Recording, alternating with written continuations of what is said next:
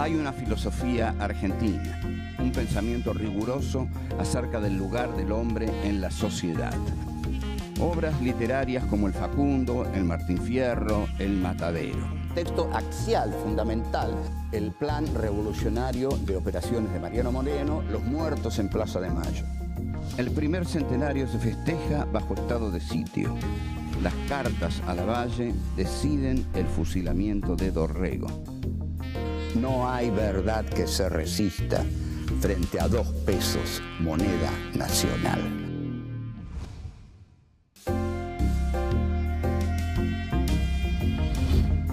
Encuentro 12. La metáfora de la casa tomada. 1. Los dueños de la casa. 2. El insomnio del señor Lanari. 3. El aluvión zoológico. 4. La farsa y el fanatismo.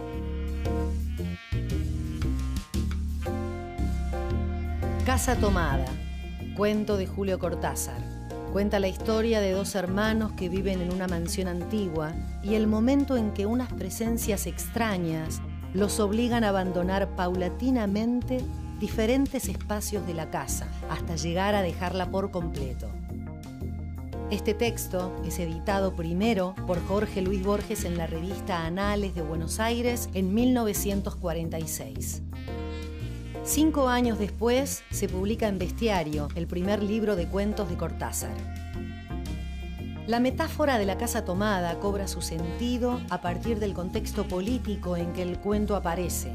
El triunfo electoral de Juan Domingo Perón en 1946 y la creciente participación de las masas obreras y populares en la vida política del país.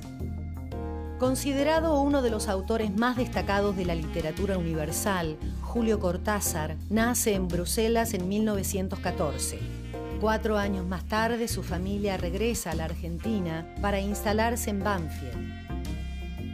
Cortázar se desempeña a lo largo de su vida como escritor de ficción y traductor. Su actividad permanece siempre ligada al compromiso social y a la renovación de la literatura latinoamericana. Su novela Rayuela, con la que alcanza el reconocimiento internacional, se publica en 1963 y constituye un hito de la literatura en español. Cortázar muere en Francia en febrero de 1984 a causa de leucemia y es enterrado en la misma tumba que su esposa, Carol Dunlop.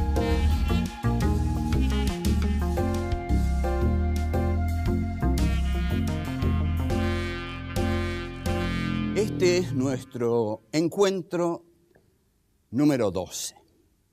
Vamos a tratar uno de los ejes conceptuales más importantes para pensar este país. Se trata de lo que yo llamo la metáfora de la casa tomada. ¿Qué es la casa? La casa es la casa de los dueños. ¿Quiénes son los dueños de la casa? Los dueños de la casa son las clases dirigentes.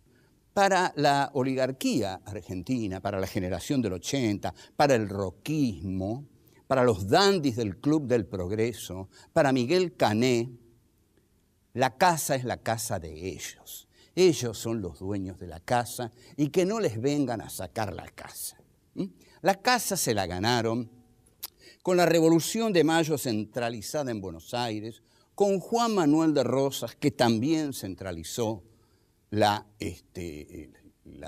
política e incluso su proteccionismo en Buenos Aires, y con el 80, que centraliza el poder en Buenos Aires. Esa es la casa que la oligarquía hace y que vimos festejar el centenario. ¿De dónde surge esta metáfora de la casa tomada? Bueno, no sé si surge de ahí, pero vamos a partir de un cuento de Julio Cortázar que se llama justamente Casa Tomada.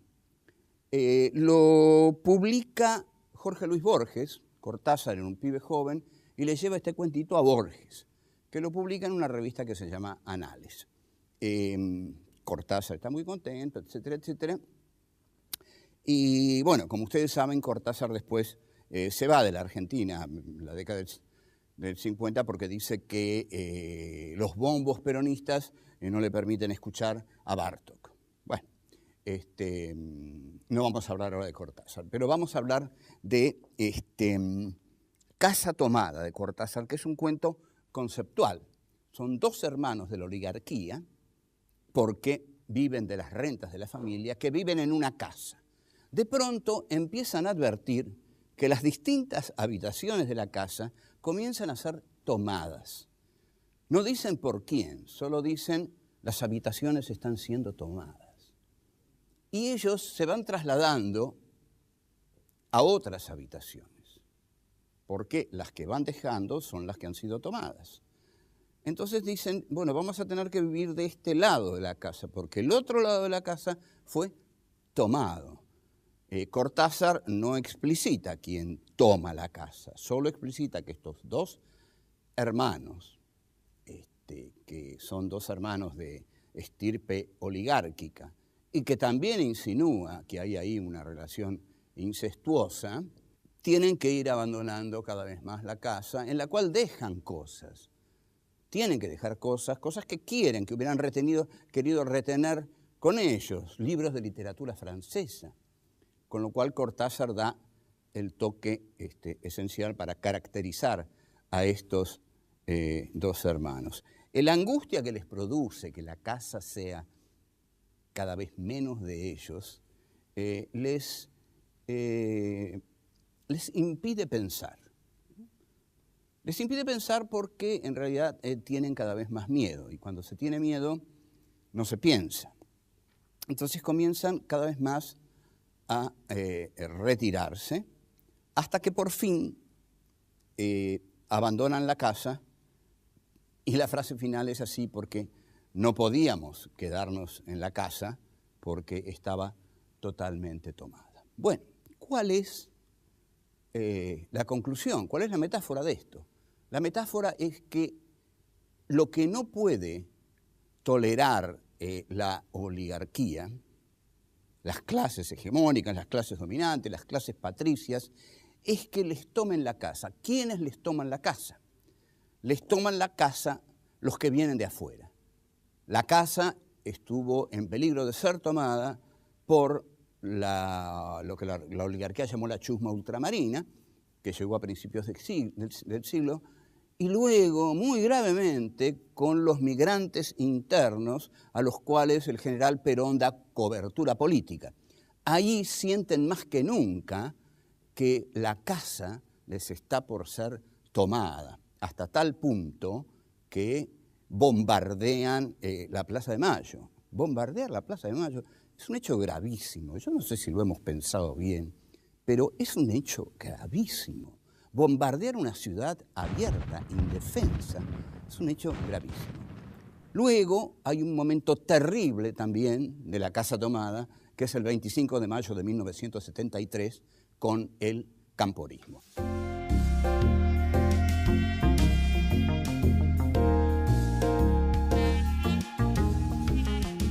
Hay una relectura del cuento de Cortázar que hace Germán Rosenmacher en 1962 en un libro muy exitoso que se llamó Cabecita Negra.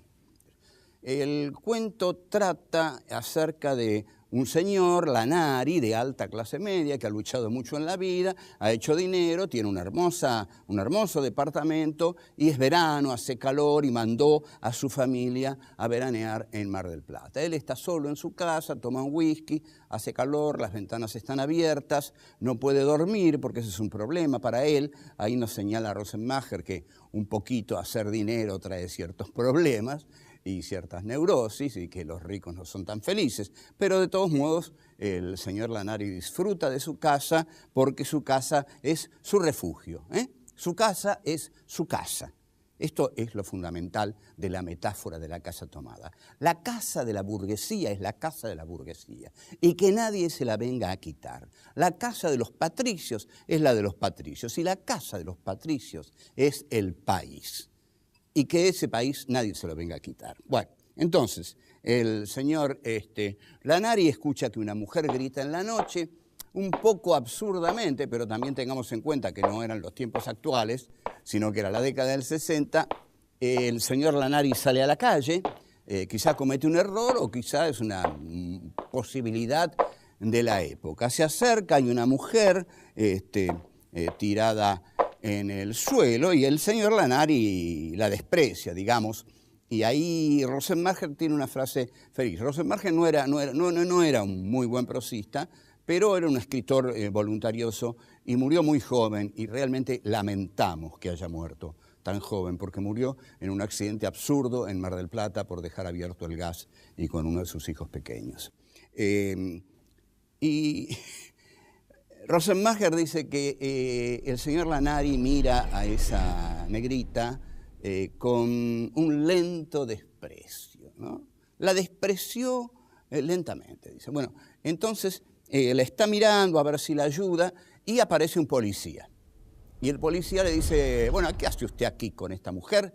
Queda arrestado. Dice, un momento, le dice, caramba, un momento, señor. Lo que pasa es que, bueno, esta mujer estaba acá tirada, usted sabe cómo son estos negros, se pasan la vida en curda, y yo, en fin, salí a ayudarla porque gritaba, borracha, no dejan dormir a la gente de bien, entonces, mírela, mire lo que es una pobre negra. Y cuando lo mira el policía, se da cuenta que el policía es bastante negro, es preocupantemente negro. Entonces el policía le dice, ¿cómo se llama usted? Lanari. Bueno, vamos a su casa, le dice. ¿Por qué? Bueno, porque tenemos que ir a su casa.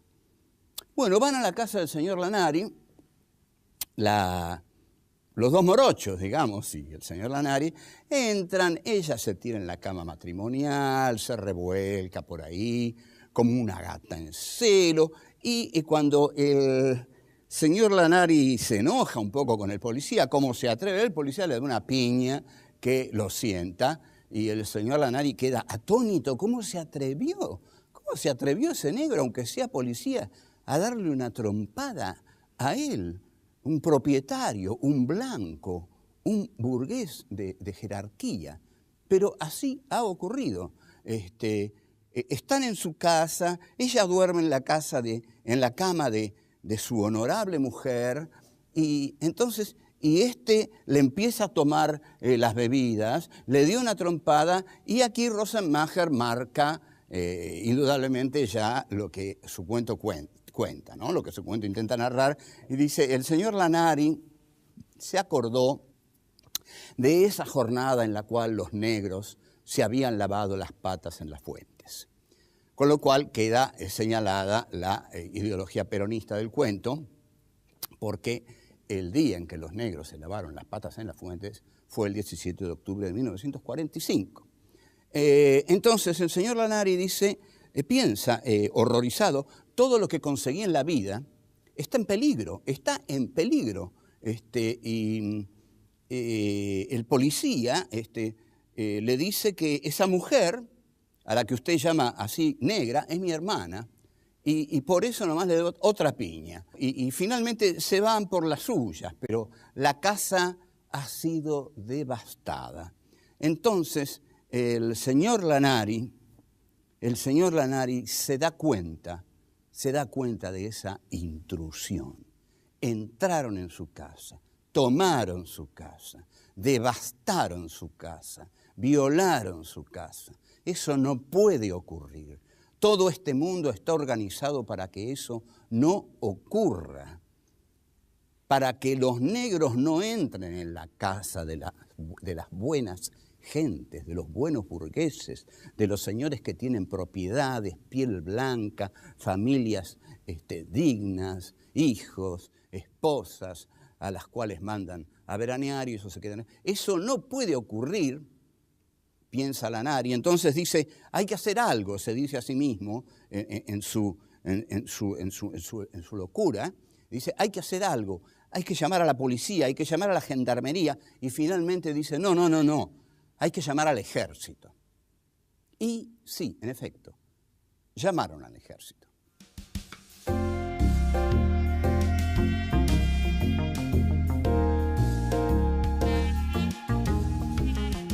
Esta invasión que implica entrar en las casas en las que no se debe entrar porque tienen propietarios, es lo que un opositor al primer peronismo llamó el aluvión zoológico. ¿Qué era el aluvión zoológico?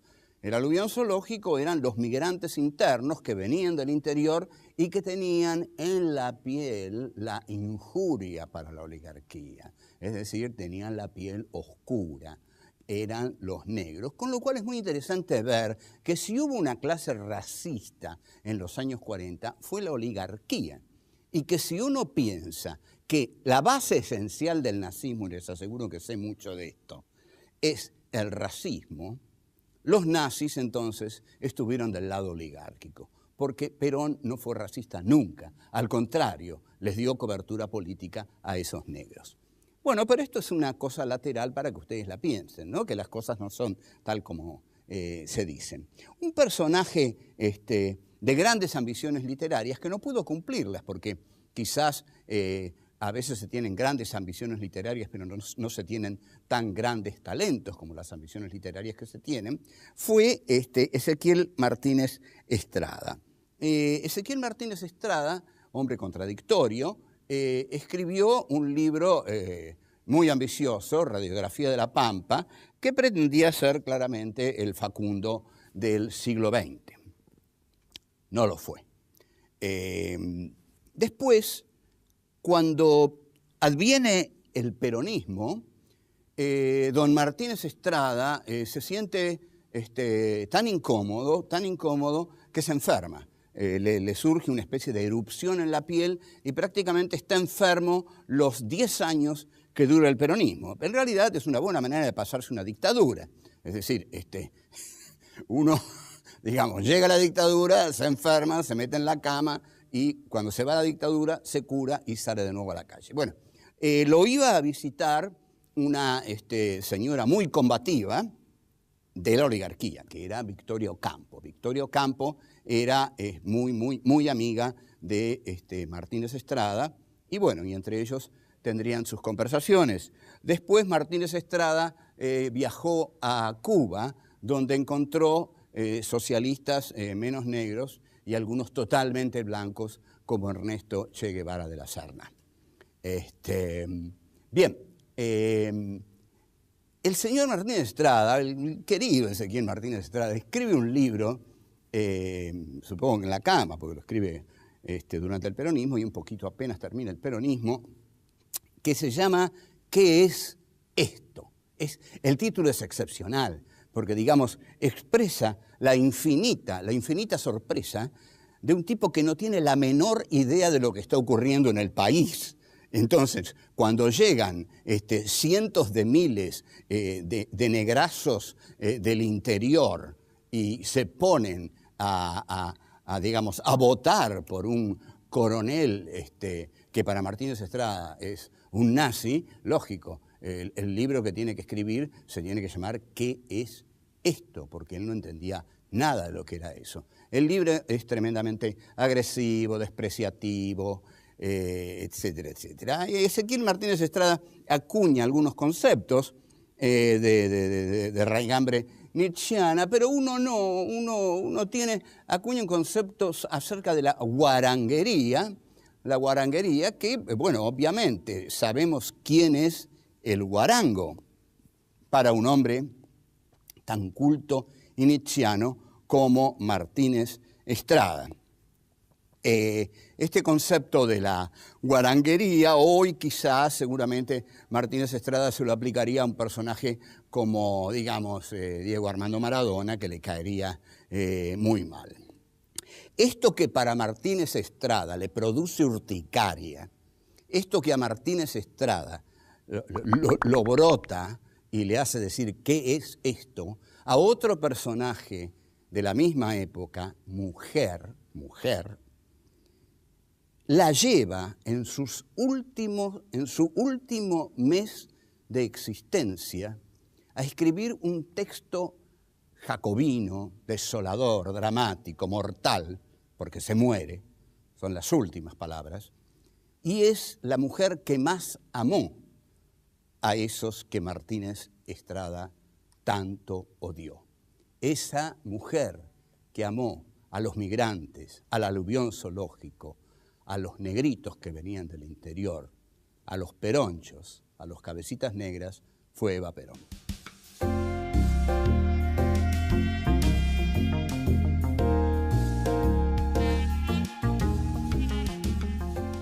Durante los últimos días de su existencia, Eva Perón dicta un texto que se llama Mi mensaje, que es la antítesis de La razón de mi vida. En principio, La razón de mi vida no la escribió ella, la escribió un señor español que Perón hizo traer, y bueno, y escribió una especie de mamarracho edulcorado, que era indigno de Eva Perón. Pero Eva Perón escribe su verdadero texto al pie de la muerte. Ese texto se recupera recién en los años 80 y yo lo vi, porque me lo mostró Fermín Chávez, página por página, firmados por Eva Perón. Serán 32 páginas.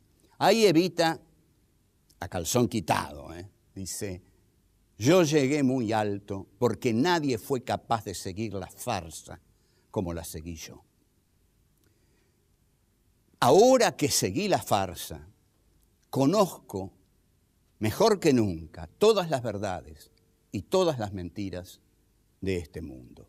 O sea, lo que nos está diciendo es que la Evita Dior, la Evita que usaba vestidos Christian Dior, los usaba para hacer la farsa, para entrar en los salones de la oligarquía y jugar la farsa y conocerlos internamente.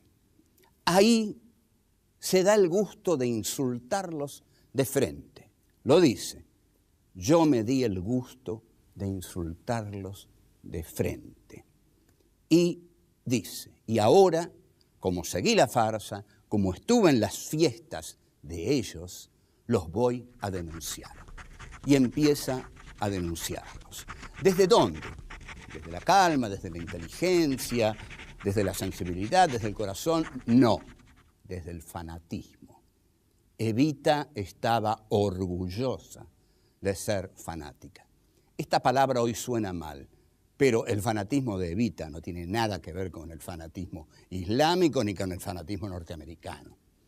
El fanatismo de Evita tiene que ver con su amor desmesurado por los pobres, con su sensibilidad increíble para recibir en su corazón y captar la injusticia del sistema en que vivía. Entonces, dice: creo en los fanáticos porque los fanáticos son los que se queman en su propia fe. Los fanáticos son los que se queman en su propia fe. Muchas veces Evita dice: es mi propia militancia la que me está matando. Me estoy quemando a mí misma en la lucha en que estoy llevando.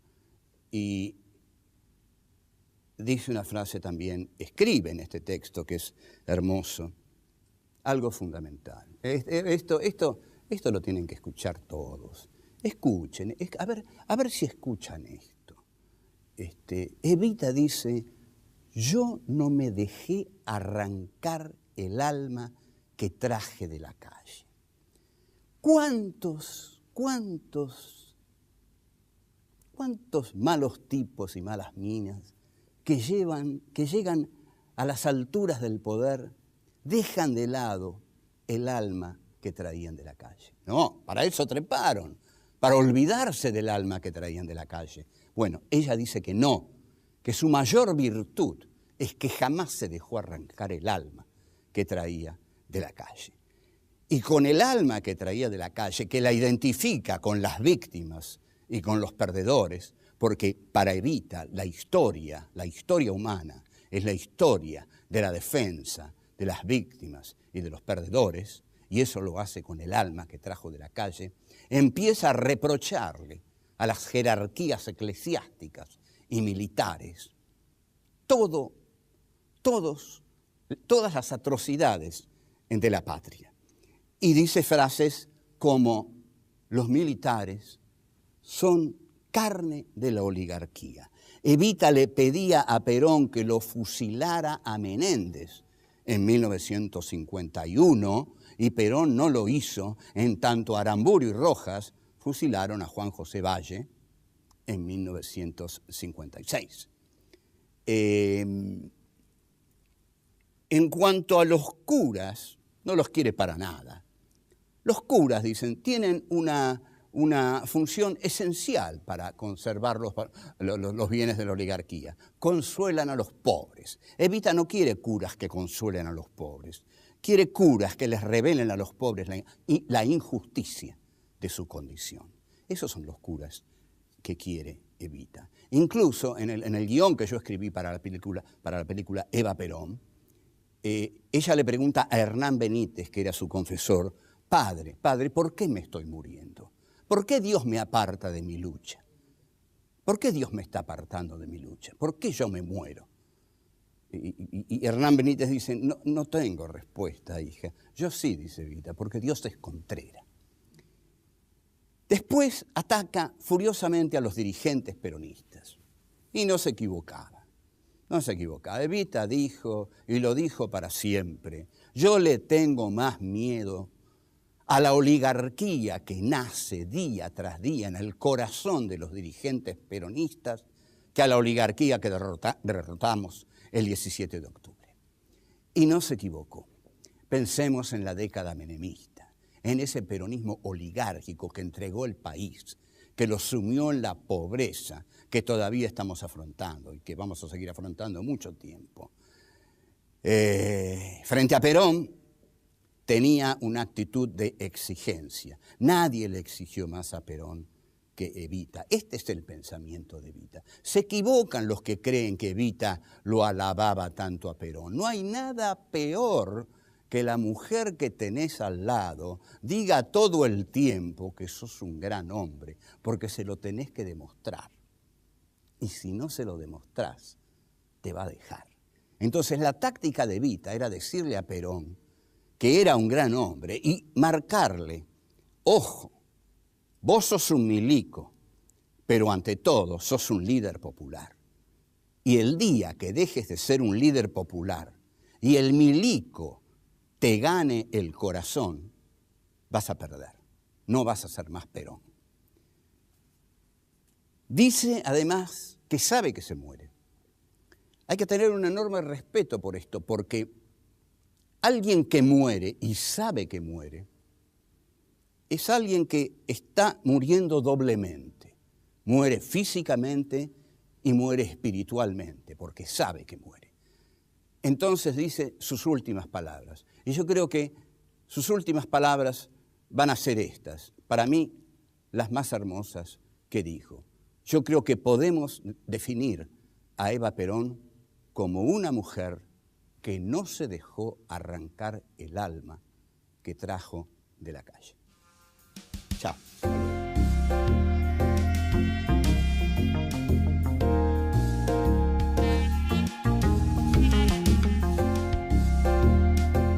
La casa de la burguesía es la casa de la burguesía y que nadie se la venga a quitar. La casa de los patricios es la de los patricios y la casa de los patricios es el país.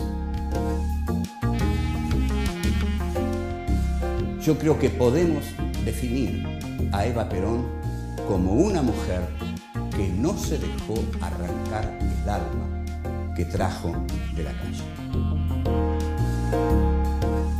Hay que hacer algo, hay que llamar a la policía, hay que llamar a la gendarmería y finalmente dice, no, hay que llamar al ejército. Y sí, en efecto, llamaron